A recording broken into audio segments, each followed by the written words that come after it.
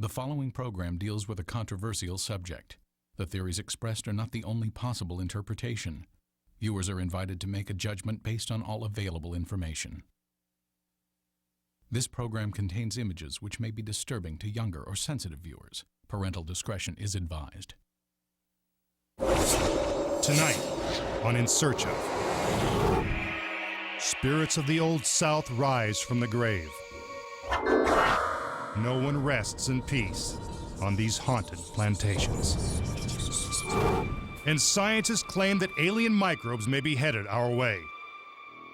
Will our own space program bring a Doomsday virus to Earth? Evil has many faces, but none strike fear like the one we know as Satan. In nomine Satanas Luciferi Excelsis. Does Lucifer rule in hell, or is he lurking among us right now? We'll go in search of the devil. For we are your children. And caught in the crosshairs, this beautiful young woman has no place to hide. An easy target for psychic spies. I'm Mitch Pileggi, and this is In Search Of.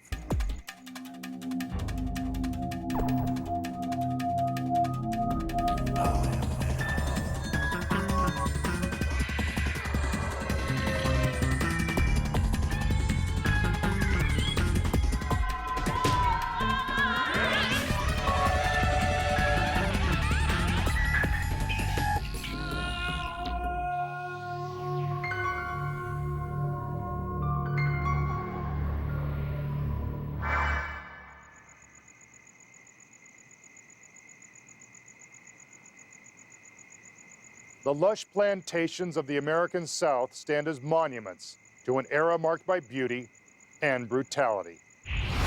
With this troubled legacy, it is no surprise that these grand estates are rumored to play host to frightening displays of paranormal activity.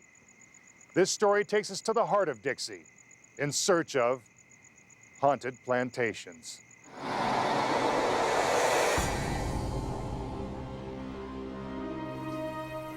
Louisiana, home of splendid plantations, southern hospitality, and gracious living, is also home to something more.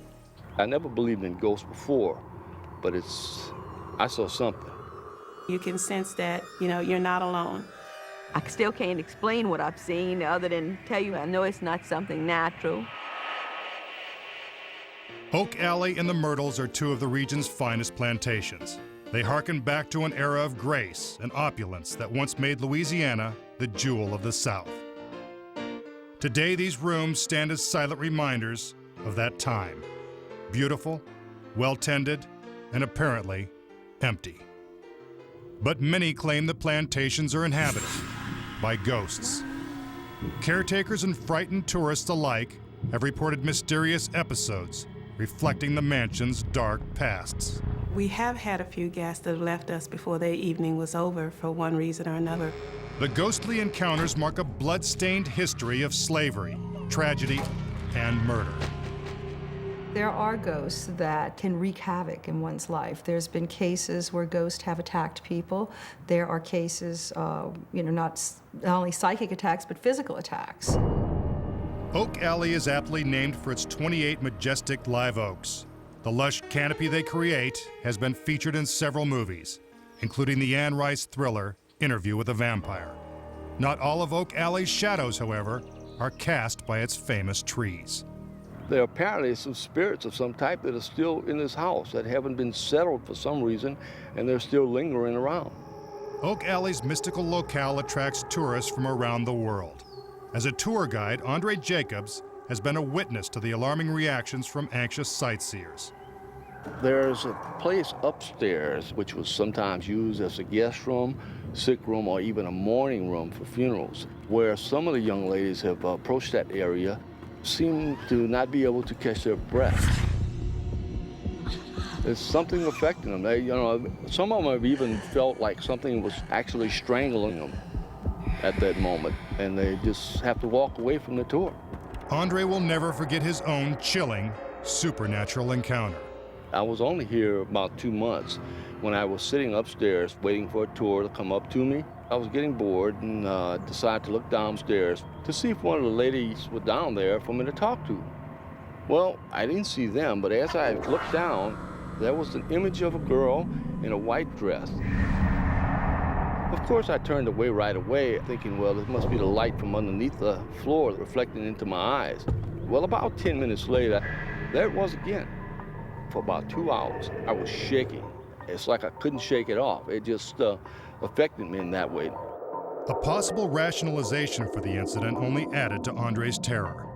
One of the ladies, well, in a joking way, was telling me one day, well, you know, you dressed up here as the plantation owner. The little girl may have thought you were her father. And that sort of shook me that day.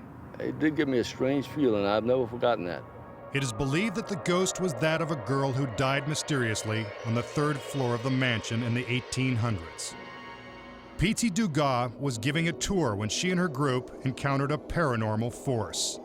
I had just come out of the living room with about 35 people. And as they walked into the dining room, a candle fell off a candlestick onto the table. I thought nothing of it. I thought it was just the people walking into the room and the vibration of closing the doors. A gentleman was standing right by it. He put the candlestick back in the candle holder. Thought nothing of it. I went on to the opposite end of the room, started talking like I usually do, and all of a sudden that same candle flew halfway across the room, landed on the floor. Everybody stayed with their mouth open. They were just shocked. There are no records to explain the source of this bizarre activity, and the history of Oak Alley remains shrouded in the past. But this is not the only haunted plantation. Some 90 miles away along the Mississippi River is the Myrtles. In 1796, this stately plantation was built with the sweat of slave labor. Today, it is a bed and breakfast, one which promises anything but a good night's rest. A lot of times guests are awoke by a child's cry. Tour director Hester Eby has worked at the most haunted place in America for the past 16 years.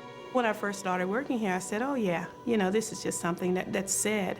But after working for about 2 weeks or so, doors opening that you know you've locked, or you can sense someone around even though you can't see them. You just feel like if I should turn around right now, someone is right behind me. I would be right in their face. You'd hear the footsteps, you'd hear the door open and close, and you could just feel them. I felt them like standing over the bed looking at us. They were checking us out. Paranormal investigator Kalila Smith led several group examinations of the Myrtles. Rudy Raven is a member of Smith's crew. I've experienced things that basically basically drop your equipment and run out the door. These ghost hunters use state-of-the-art equipment to document many of their findings. We used a lot of regular 35mm film, infrared film. We had night vision on the digital cameras. I'm freezing. I'm covered with chills right now. Something's on me right now. Whoa, did you see something just fly by? Whoa, there it is again. Watch. All right, we've got activity in here. You feel how cold it's getting? We brought in non-contact thermometers. We started picking up temperatures going down below 60 degrees, which is highly unusual. 57 degrees. It's 57 degrees in this one spot over here. Also, the windows were covered with frost just in these 2 rooms. Oh, this thing's going crazy. Y'all ought to see this. Look at this. It jumped back up to, it's going to 68 to 75, 83. We started hearing voices like whispering, doors slamming shut, handprints appearing on the mirrors. We try wiping them off. It does not wipe off. Heard some knocking and some low voices, and we also heard the crystals on the chandelier clinking together. This chandelier hangs in a bedchamber known as the Voodoo Room. A little girl once spent her last days here, dying of yellow fever. In an effort to cure their daughter, where doctors couldn't help, they brought in a voodoo priestess to do a ritual for her in hopes of healing her. Now, unfortunately, the child died. As penance for not being able to heal her, they hung the voodoo priestess from the chandelier. Some guests have went so far to say that they've got a bit warm in the voodoo room, pull their covers back, wake an hour or so later and be tucked in tightly. And of course, they were not happy, so they did leave us before their evening was over. Eby recounts the plantation's tragic history. In the early 1820s, Judge Clark Woodruff was the owner. He had married the first owner's daughter, General David Bradford's daughter, Sarah. And supposedly, through the time that they were together, Judge Woodruff also took on a mistress, who was one of his house servants. That house servant was Chloe, a young slave girl with an unfortunate habit. She was caught eavesdropping on some of the family business, and she had been forewarned about eavesdropping. Her punishment was swift and harsh. The judge was upset. He ordered her left ear to be removed. He then stripped Chloe of her household duties and sentenced her back to the slave quarters. In reply, she baked a birthday cake for his oldest daughter and said to have used the juices from the oleander leaf. It let off a liquid very similar to arsenic. She thought if she made the children ill, she'd be able to prove that she was the person to take care of them, and then she would be brought back into the household. But Chloe's foolish plan took a tragic twist. The judge's wife and 2 daughters died, and the servant girl paid the ultimate price. Chloe was hung by an angry mob and then thrown in the river. But many insist that Chloe remains imprisoned on the plantation and offer proof for their assertions. This photo was taken by proprietor Tita Moss. Along with the shapes of 2 children on the roof, Chloe herself can be seen hanging in the trees. I got a photograph right behind the sofa where they said the children were seen a lot, the 2 little girls, and there was some misty fog back there. But why are the plantations possessed with their slain inhabitants? What is the reason for the tormenting poltergeist activity? Well, you've got a large amount of murders. You had like 10 murders here, and that's a lot in a very, very small, concentrated area. Also, this property was originally acquired by General William Bradford, and it was believed to be Indian burial ground. But the graves were located on the site where Bradford wanted to build his house. So the general callously exhumed and burned the Indian remains. I think that's where it all began with the Myrtles, and it just kind of domino affected after that. The dominoes finally stopped falling in 1920, when the Myrtles' overseer was brutally robbed and stabbed to death on the property. The killer was never found, and to this day, the crime remains unsolved. These were untimely deaths, they were unjust deaths. There was a lot of strong emotion behind these deaths. So that sort of sets the stage for the spirit to hang around a little bit.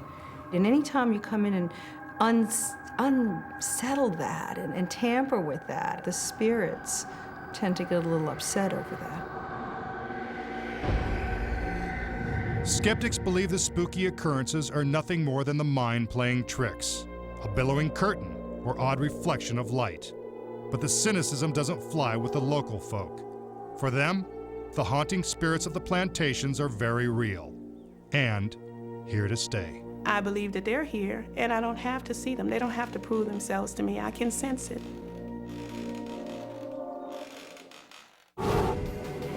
Coming up, is someone you know in service to Satan? Hail, Satan! And government spies use telepathy to zero in on human targets.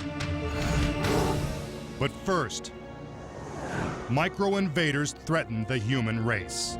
It could unleash a pandemic of biblical proportions and otherwise destroy Earth's delicate ecosystems. Are we ready to fight?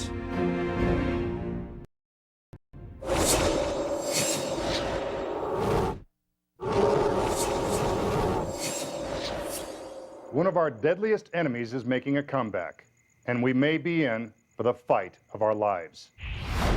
More lethal than bullets, tiny microbes can strike the human body, overriding all defenses and leaving death in their wake. These killer bacteria may crawl out of the jungle, breathe in the test tubes of a terrorist laboratory, or even, some say, arrive here from the deepest reaches of outer space. There is no immunity from the Doomsday virus.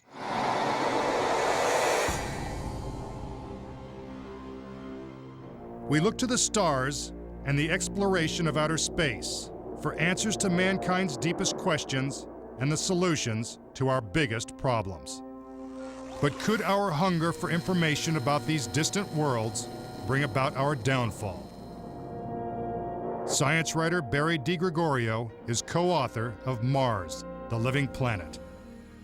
The threat of Mars sample return mission is bringing back an organism from the surface of Mars that we have no idea how to deal with here on this planet.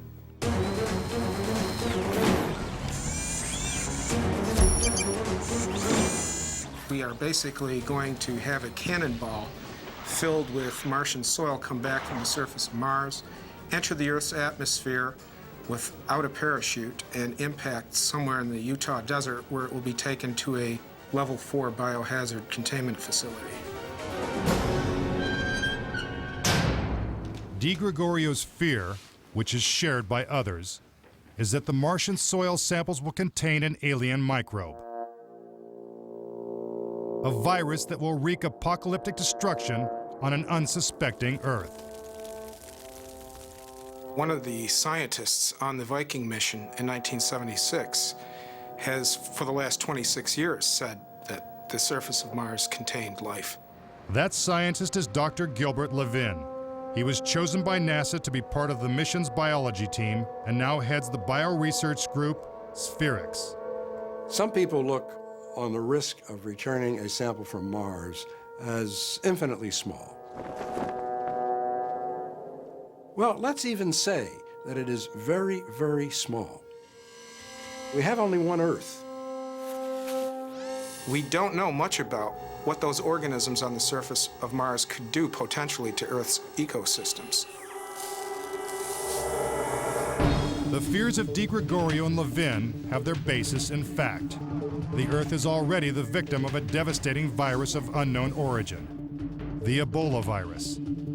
Ebola is a very lethal, acute infectious disease. Dr. C.J. Peters is the former head of special pathogens for the Center for Disease Control in Atlanta, Georgia. Ebola virus causes people to die, and the epidemics have had mortality rates around 90% for the most serious strain.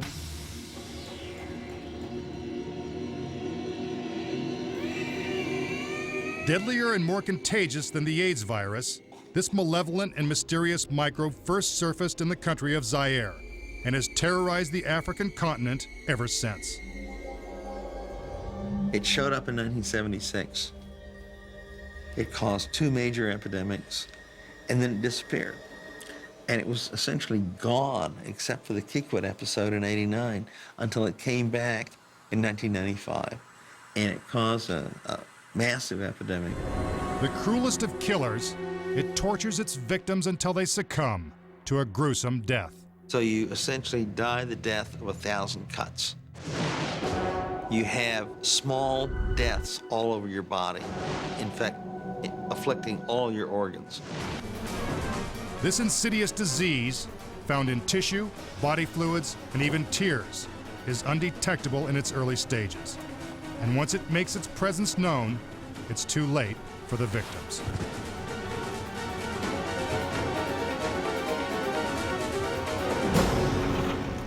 We have no treatment. We cannot give a drug that will inhibit the growth of the virus and stop it from causing all the problems that it does. Where did this organism come from? Scientists have no answers, only questions. It belongs to a virus family that we just don't understand. We don't know what its natural reservoir is. We don't understand its own economy, how it gets from one day to the next and spreads from animal to animal, and we don't understand how it infects people. Ebola's past may be an unsolved mystery, but there's nothing mysterious about its future. We know that Ebola infects humans. Those humans can get on a plane, fly directly to the U.S., and develop the disease. They may not even know they've been exposed. Is Ebola a harbinger of things to come once the Mars soil samples return? Do we dare risk importing microbes from an unknown world? Dr. Ross McVie of the American Museum of Natural History has been studying the disappearance, the extinction of the mammals during the Pleistocene era. And he has come to the conclusion that some sort of hyperdisease caused 250 species of animals to disappear in a very short period of time.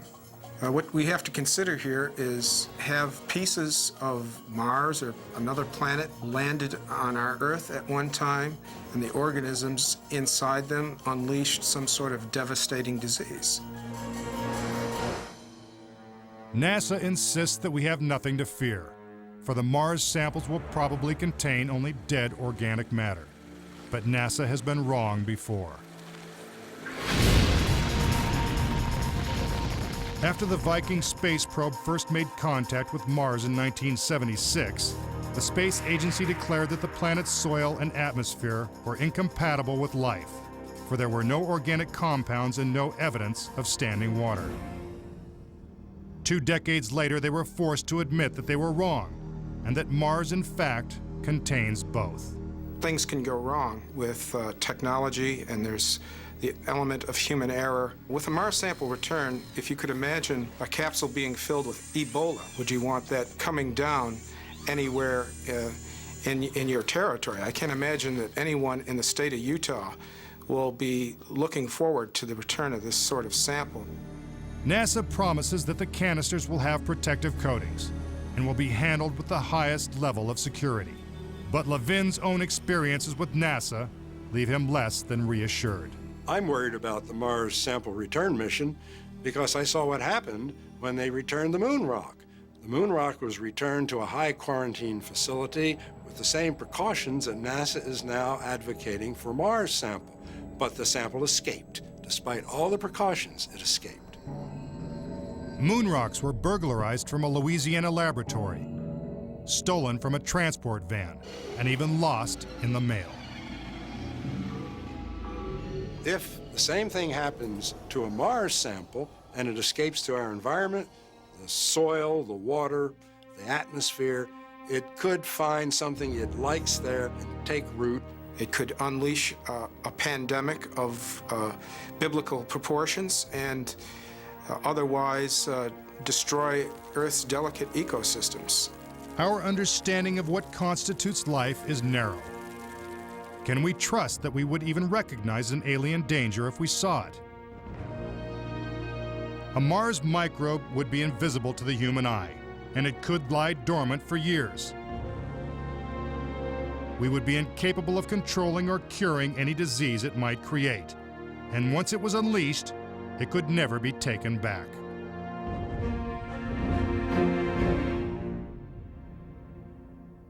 Is that a risk, something we want to take as a human civilization? I think that the Mars sample return mission isn't a national issue, that it's a global issue, and that we all have a voice in this.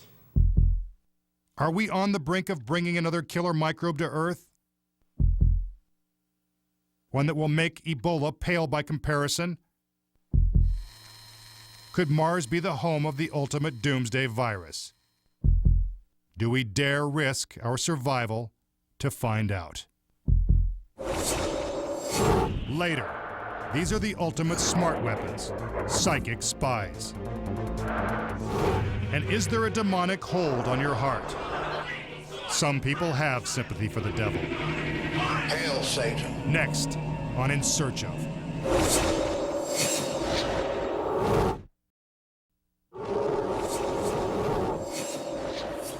Lucifer, Satan, the devil. By any name, he is the embodiment of evil. But is Satan an actual creature set loose upon humanity? Or is he merely a reflection of the darkest impulses that dwell in each of us? In this next story, we unlock the door to our darkest fears and stare straight into the face of the devil.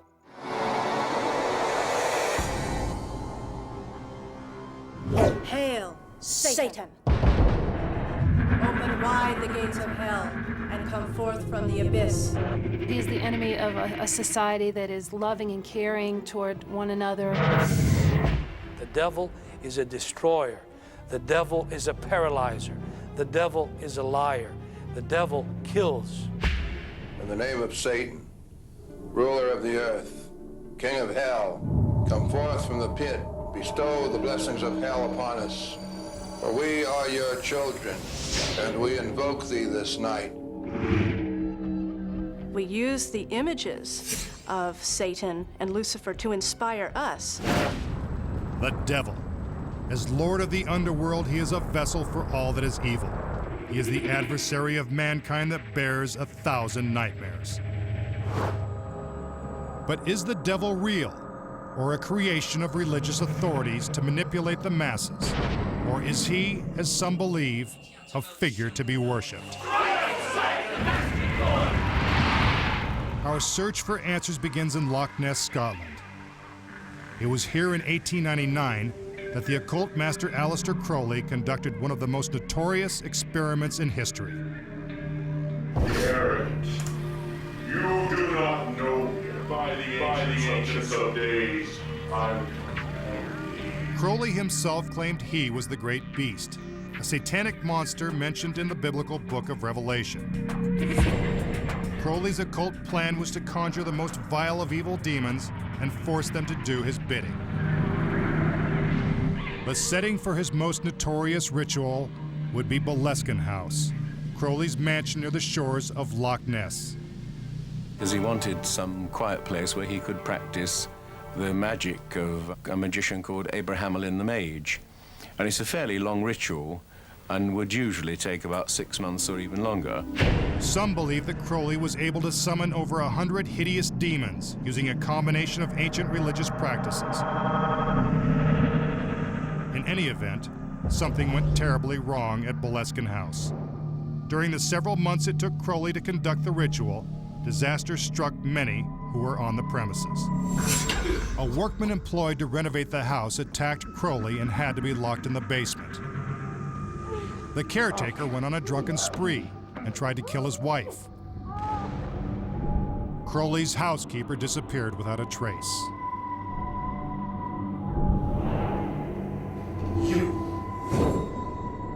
At one point, Crowley accidentally used a butcher's bill to write a magic incantation.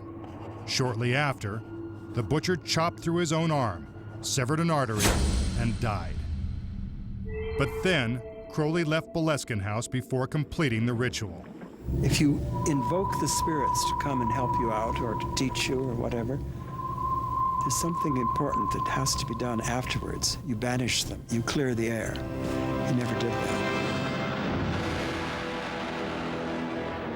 Crowley eventually vacated Boleskine House, but many of the subsequent owners suffered grave misfortune. I think anybody who tries to control the spiritual world is going to make a mess of it, because these spiritual forces and entities don't want to be controlled, and they will come in, pretend to be helpful, and then take over themselves. As for Aleister Crowley, he gained nothing but misery. One of his wives was committed to an insane asylum, and Crowley himself died in 1947, a penniless heroin addict whose life was filled with horror and gloom. It seems the devil had taken his due. Throughout history, the devil has been considered the Lord of Lies, and that is his trick. He offers you something wonderful, something beautiful, something you could never attain on your own, and you just have to possess it. But then invariably, once you've gone into the bargain with Satan, it goes horribly wrong. And of course, there's the phrase, be careful of what you wish for, you may get it. You do not give your soul to the devil for just a whistle and a smile. There is that warped hand that chokes and doesn't let go of you easy. It destroys. The devil is a destroyer. The devil is a paralyzer. The devil is a liar. The devil kills. Aleister Crowley was not the last famous person to cross paths with Satan. Some say the greatest blues guitarist of all time, Robert Johnson, may also have fallen victim to the devil, losing his life and soul. A mediocre musician, Johnson briefly disappeared from the music scene. He quickly returned with a talent that seemed supernatural to those who had heard him before. It is now said that he met the devil at this crossroads, selling his soul in return for musical genius. In 1938, Johnson was poisoned by a rival, and he died a few days after singing his famous lyric, "Hello, Satan, I believe it's time to go." That fascination with the dark side can be heard even now in the music of death metal bands like Sadistic Intent and controversial rocker Marilyn Manson. Manson calls himself the Antichrist Superstar. His followers are known as the Satanic Army. Manson was inspired by the most notorious advocate for Satan since Aleister Crowley. His name was Anton LaVey. Hail Satan! And we'll enter his Church of Satan when we come back. Hail Satan! Hail Satan!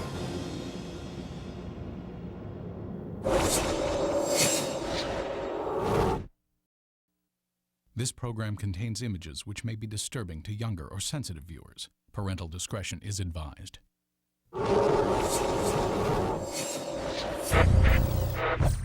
Does the devil walk among us? What form would he take? How would we recognize him? He comes to us in the disguise of beauty. He comes to us in the disguise of comfort. He comes to us in the disguise of pleasure. And so instead of the traditional evil images, he comes to us softly. And that's why he becomes so palatable in so many lives. And that's why so many lives are destroyed. And we accept that because we all want to be successful. We all want to be comfortable. We all want glory. By promising that glory to all who follow him, Anton LaVey changed the face of devil worship when he formed the Church of Satan in 1966. This San Francisco residence was home to LaVey and his followers. From within these walls, he invoked the spirit of Satan. Be with us tonight. Place us in a position of sovereignty that we might look down upon our inferiors and cast their kin into the morass of mediocrity where they belong. LaVey believed that man's carnal nature, his lust, greed, vengeance, and ego had been unfairly labeled evil by Christianity. His influence was widespread. The invocation that Anton LaVey conceived of in the Satanic Bible is just a general calling forth the demons from hell and having them manifest your desires in this plane of existence. Amen for us. Amen for us. Hail Satan. Hail Satan! Blanche Barton read the Satanic Bible as a young girl. I've been a Satanist since I was 12 years old. With LaVey's death in 1997, Barton took over the Church of Satan. And the legacy of Aleister Crowley and Anton LaVey continues to attract followers through a group known as the Thelemic Order of the Golden Dawn. Strike, strike, the master chord! Draw, draw the flaming sword! Crown child and conquering lord! Horus the Avenger! We certainly don't fear the devil. It represents the very principle of freedom within. David Carabine and his followers practice a religion based upon the work of Aleister Crowley. One of the things that we teach is to overcome fear. Fear nothing. Fear is an illusion. Each person has to come to a realization of their own law. To let others dictate to us what is best for us is to miss the whole point of existence. We are free. If there is a war between good and evil, it seems each soul hangs in the balance. And for those who go in search of the devil, a warning. It's been said that the devil's cruelest trick is to convince us that he does not exist at all.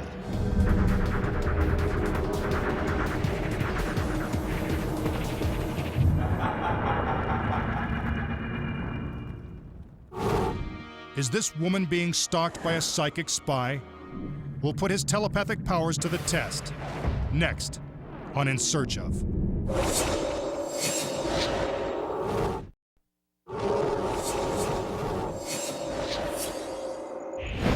You are about to enter the world of America's secret soldiers.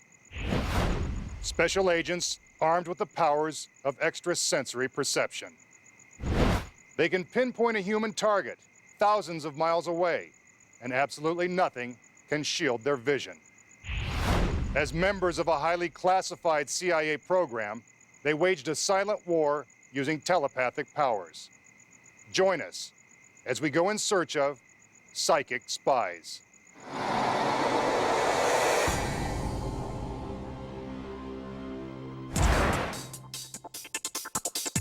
The full capabilities of the human brain go far beyond the tasks of everyday living. And some believe they have developed extraordinary mental powers. One of them is remote viewing.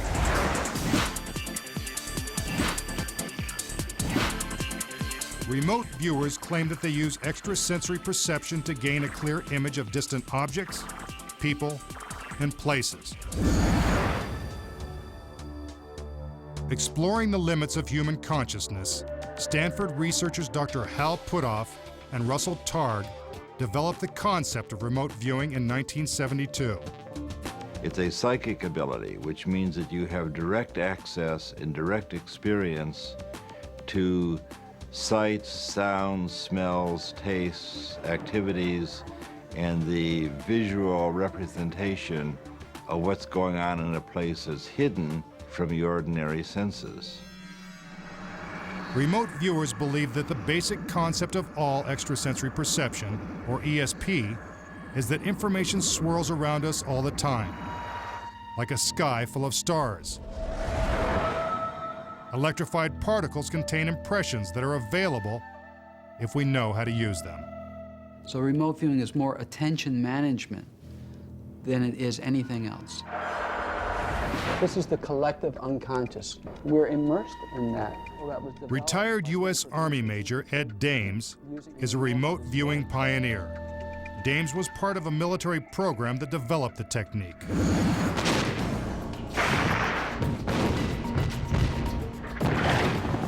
The program was an Army program. It moved from Army to the Defense Intelligence Agency, and then to the Central Intelligence Agency, and became Project Stargate there. Project Stargate was designed to gain access to the military secrets of countries hostile to the U.S. Their mission involved tracking Soviet submarines, locating missile silos, identifying germ warfare labs, and uncovering the whereabouts of rogue leaders. Colonel John Alexander was one of the officers who championed the use of remote viewing for military purposes. There was a great deal of effort to keep it secret because they were afraid of the giggle factor. I mean, here they were spending government money on projects that some would view as quite questionable. The remote viewers were able to deliver success where other agencies had failed. Remote viewing was used by the military in a number of cases that were very dramatic. One of them was the Dozier case, where General Dozier had been kidnapped by the Red Brigade, and the information that was developed on that was extremely accurate. With only a black and white photo to start the process, one remote viewer was able to pinpoint the city, building, and room where General Dozier was being held. He was later rescued by counter-terrorism commandos and returned to American soil. Ed Dames left Project Stargate years ago. He now teaches civilians and claims we can all be trained to use our minds like radios, tuning into the unique electromagnetic signals that emanate from every individual or object. In Search of wanted to put this claim to the test, so we secretly planted a human target in the Los Angeles area. We then challenged one of Ed Dames' students, Erin Donahue, to determine her exact location. Erin Donahue's only clue was the target's first name, Caprice. The technique speaks for itself. Based on my personal experience, it will work. We'll be able to suss out this truth or this location.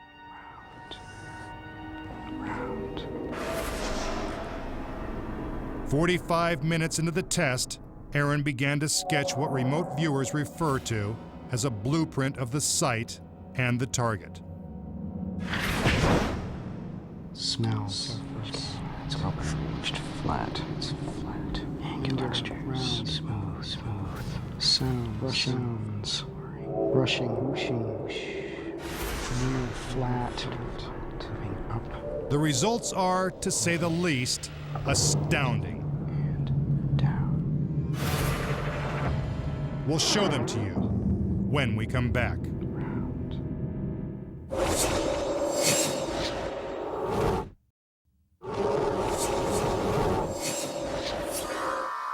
This woman is a target on the psychic battlefield. She is being stalked telepathically by this remote viewer. His only clue to her location is the woman's first name. The psychic spy is Aaron Donahue, and he was trained by this man, former U.S. Army Major Ed Dames. Since leaving the military, Ed Dames has been called in on the investigation of Flight TWA 800 and several manhunts, including the search for the notorious Unabomber. He relies on a skill known as remote viewing, using extrasensory perception to locate distant targets. But does this really work? We return to Aaron Donahue and the remote viewing scenario we set up earlier. You'll recall that we've placed our human target in an undisclosed location, giving Aaron nothing to work with but her first name. Aaron is sequestered in a hotel, miles from the target site. With no access to a phone and under constant surveillance, he has no contact with the outside world. Dimensions. Flat. Even. Bridged. Like a snapshot slowly developing, Aaron's sketches come into sharper focus. Cool. Cool. Wet. Okay, it's approached flat. Trenched. Vague shapes, lines, and circles begin to form a more complete picture of Aaron's remote vision. There is a spinning structure, turning slowly. The final sketches represent automobiles, airplanes, and a unique architecture that leads this remote viewer to only one possible conclusion. The question was, where is Caprice? The answer is encounter at LAX here in California. Aaron is dead on target. Using his remote viewing skill, he has zeroed in on the exact location of his quarry, a restaurant at Los Angeles International Airport. By conventional standards, Aaron Donahue's success seems inexplicable and astonishing. As a product of the strange alliance between psychics and the Pentagon, it seems that remote viewing has opened up a new world of perception. With their mind-bending powers, these psychic spies bear witness to the awesome possibilities contained in the most powerful weapon of all, the human mind. Thanks for watching In Search Of. I'm Mitch Pileggi. Good night.